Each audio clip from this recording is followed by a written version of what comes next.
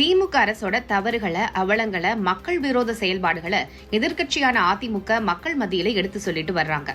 விமர்சனங்களை பொறுக்க முடியாத, கையாலாகாத திமுக அரசு அதிமுக மீது அடக்குமுறை செய்யறதா அதிமுக வழக்கறிஞர் அணி புகார் சொல்லியிருக்காங்க. அஇஅதிமுக ஆதரவு சமூக ஊடக மேலாண்மை நிறுவனமான பிரமன்யா அலுவலகத்துல புகுந்து நிறுவனத்தின் ஹரி, சாய் ஆகியோரை கைது செஞ்சிருக்காங்க.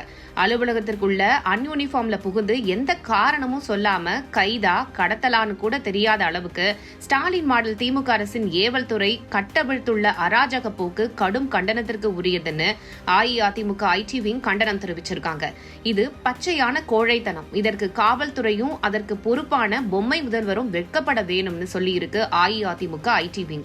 தோல்வி பயத்துல இருக்கும் திமுக பொம்மை முதல்வரின் உத்தரவின்படி திமுக போலீஸ் மூலமா அதிமுகவிற்காக செயல்படும் சமூக ஊடக மேலாண்மை நிறுவனத்துல அத்துமீறி உள்ளதாகவும் உயர்நீதிமன்றத்துல வழக்கு தொடுப்போம் அப்படின்னு எச்சரிக்கை விடுத்திருக்காரு அதிமுக வழக்கறிஞர் அணியின் பாலமுருகன்.